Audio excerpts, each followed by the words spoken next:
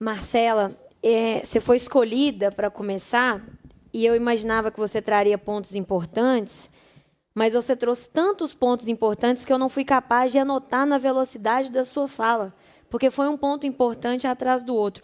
Mas eu fico muito feliz que o governo está aqui. Queria agradecer a Josiane por ter vindo representando o secretário Leônidas. O Jefferson, naturalmente, precisava estar, né?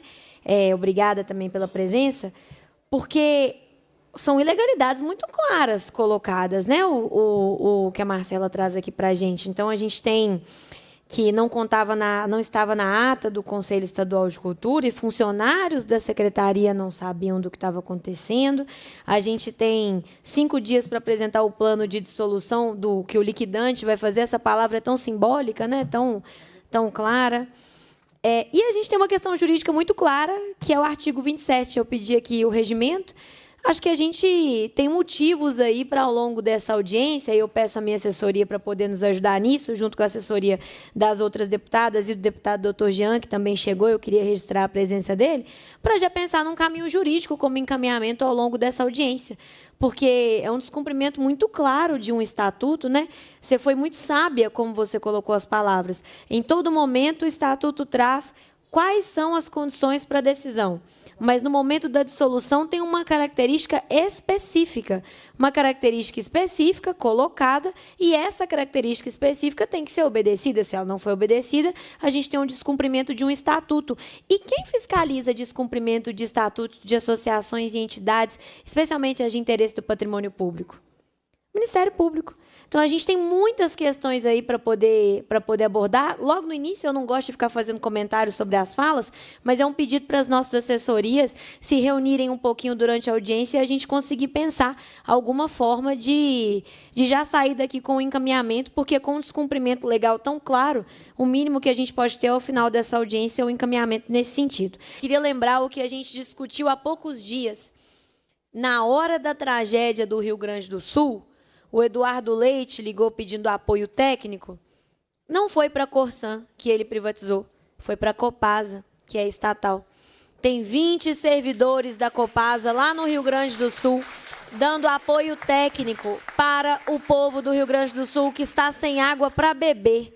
Então, acho muito importante a gente lembrar dessa informação.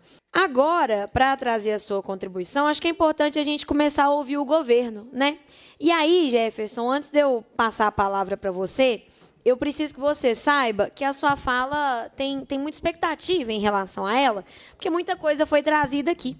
E aí eu gostaria de deixar muito claro que seria importante que você tocasse nos aspectos que foram trazidos pelos que falaram antes da gente. Então, tem coisas muito claras aqui e que, por exemplo, eu gostaria que você respondesse. A gente tem, por exemplo, a questão estatutária, que foi apontada, né? A questão de que existe uma perspectiva clara de votação diferente quando se trata da dissolução do BDMG e do seu patrimônio. O que você está pensando nesse plano de dissolução que você vai apresentar? Porque é amanhã, né? Então, com certeza, você já está com tudo muito encaminhado. Queria que você contasse um pouco sobre isso para a gente também. Queria entender um pouquinho por que a solicitação de adiamento da Associação dos Funcionários não foi atendida, não foi sequer respondida. É importante dizer que, na véspera da reunião, como consta em ata, a reunião foi dia 3 da dissolução, e no dia 2, a Associação dos Funcionários do BDMG Cultural protocolou um pedido de adiamento dessa reunião. Os argumentos são os mais justos possíveis. Vamos ver os argumentos. Argumentos de que não foi apontado motivação para que ocorra a pretendida dissolução. Aí é claro, Jefferson, que você vai trazer para a gente, né, qual que é a motivação da dissolução. Não foi repassadas informações sobre o eventual diretor-presidente a ser eleito. Vejam que absurdo. Foi votar quem seria o novo presidente sem as pessoas saberem quem era o presidente, sem as pessoas saberem o currículo do presidente. Como a gente escolhe um presidente, todo carinho e respeito, Jefferson, isso não é sobre você. Como a gente escolhe um presidente sem ter a oportunidade de apreciar esse nome? Se eu estivesse nesse lugar, eu ficaria desconfortável. Por que eu estou sendo escondida? Eu tenho orgulho do meu currículo, eu tenho orgulho da minha história, põe meu nome aí para o povo apreciar e falar se é bom ou se é ruim. Por que foi escondido? Então, outra questão, não havia o cronograma de quitação das obrigações decorrentes da dissolução e não havia perspectiva do plano da destinação do patrimônio, que é esse, que o liquidante tem 5 dias para apresentar. Outra coisa importante que a carta, o pedido dos funcionários do BDMG Cultural traz, é que deveria, do BDMG, que deveria também passar pelo crivo do Ministério Público a dissolução, pelo menos com o parecer do Ministério Público, já que compete a ele fiscalizar o cumprimento da lei e das finalidades estatutárias das fundações, associações e entidades sem fins lucrativos de Minas Gerais. Então, é muita pergunta sem resposta. E eu sinto muito que isso ficou na sua mão. Eu entrei em contato com o secretário de Cultura para que ele viesse hoje. Gostaria muito que o Leônidas estivesse aqui. Em resposta ao meu pedido, eu agradeço de público. Ele pediu que a Josiane viesse. Ele está de férias, isso é um direito de todo trabalhador. Se a gente briga para que todo mundo tenha isso, a gente deseja que ele aproveite as dele também. Mas isso justifica por que tantas perguntas estão no seu colo. Então, eu sinto muito, mas eu espero que você apresente resposta a todas elas. E eu preciso dizer também que um dos motivos dessas perguntas caírem no seu colo é porque o BDMG ignorou a Associação de Funcionários. Se não tivesse ignorado e a gente tivesse essas respostas, eu não estaria te perguntando aqui.